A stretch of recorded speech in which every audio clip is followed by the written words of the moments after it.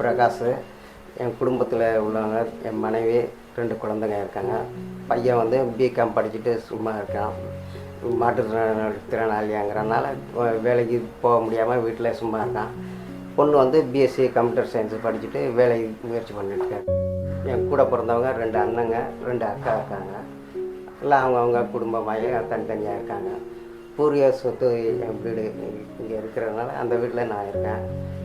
எங்கள் அண்ணன் பையன் 2 அண்ணன் பையனுக்கு ஏதோ அவங்கள படித்து முடிச்சுட்டு வேலைக்கு போயிருக்காங்க. கொஞ்சம் வசதி வாய்ப்பாக ஆனதுனால வீடு நல்லபடியாக கட்டிக்கிட்டு இருக்காங்க. நான் இந்த ஓட்டு வீட்டில் தான் இருக்கேன். நான் அப்புறம் என் தொழில் வந்து தலைமுறை 3வது தலைமுறையில் நான் வேலை பார்த்துட்டே இருக்கேன். 40 வருஷமாக இந்த தொழில் நெசவு தொழிலே பண்ணிகிட்டே இருக்கேன். இப்போ தச்சமே ஒரு 12 வருஷமாக தஞ்சாவூர் சொசைட்டிலேருந்து தறி வாங்கிட்டு அங்கே நெசவு கொடுத்துட்டு இருக்கேன். ஆரம்பத்தில் 85லேருந்து 90 வரைக்கும் நாமளாம் முதல் போட்டு காலர் சாயமெல்லாம் போட்டு பட்டு சாயம்லாம் போட்டு தயாரிச்சுட்டே இருந்தோம். அப்போ கிடைக்கிற நமக்கு ஒரு புடவைக்கு 500 கிட்டத்தட்ட கிடைக்கும்.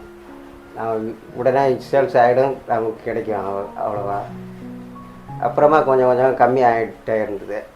2000க்கு மேலே கொஞ்சம் டல்லாக ஆகிடுச்சு. நமக்கு ஒன்று தயார் பண்ணது விற்கிறது சிரமமாக ஆகிடுச்சு. அதனால் இதை விட்டுட்டு 2006லேருந்து சொசைட்டியில் வாங்கி அந்த நேரம் நமக்கு கூலி வந்து 700 கிட்ட விழுந்துச்சு 2006. இப்போ வருஷத்துக்கு 10%, 5% இந்த மாதிரி கூலி எடுத்துகிட்டே இருந்தாங்க. இப்போதைக்கு கூலி வந்து 1700 விழுது கூலி. ஒரு புடவை நெய்கிறதுக்கு 15 நாள் 20 நாள் ஆகிடும். எனக்கு வயசு பசங்க நெய்கிறது ஒரு வாரத்துக்குள்ளார முடிச்சுப்பாங்க. எனக்கு ஆகிறது 15 நாள் ஆகிடும். இப்போ எங்கள் குடும்பத்தில் எங்கள் அண்ணன் குடும்பம், என் குடும்பம் எல்லாத்தையும் நம்ம பிற்பாடு இந்த தொழிலுக்கு வர்ற மாதிரி எல்லாம் படிச்சுட்டு வேறு வேலைக்கு போயிடுறாங்க. அதனால் வருமானம் கம்மியினால வேறு தொழிலை தான் பார்க்குறாங்க. இப்படியே போயிட்டே இருக்குது. நம்ம தொழிலுக்கு பாதிப்பு அடைகிறதுனால கோஆப்டஸ்காரங்க அதை ஏதோ நம்ம பர்ச்சேஸ் பண்ணி நம்மளுக்கு தொழிலுக்கு கொஞ்சம் முன்னேற்றத்துக்கு அடைகிறதுக்கு கொஞ்சம் கவர்மெண்ட் ஏதோ உதவி பண்ணுறாங்க. சில தடவோட சாமான் வாங்கிறதுக்கு கவர்மெண்ட்டு பணம் கொடுக்குறாங்க. 90% வரைக்கும் பணம் கொடுக்குறாங்க.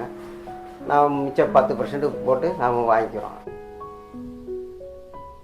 நான் பண்ணுற தொழில் நெசவு தொழில் ஒரு கலையாக நினைச்சு வருங்கால சந்ததிகள் இதில் கொஞ்சம் கவனம் செலுத்தி கொஞ்சம் முன்னேற்றம் அடைகிறதுக்கு கொஞ்சம் உதவி பண்ணால் கொஞ்சம் நல்லாயிருக்கும். இதில் கொஞ்சம் கவனம் செலுத்தணும்.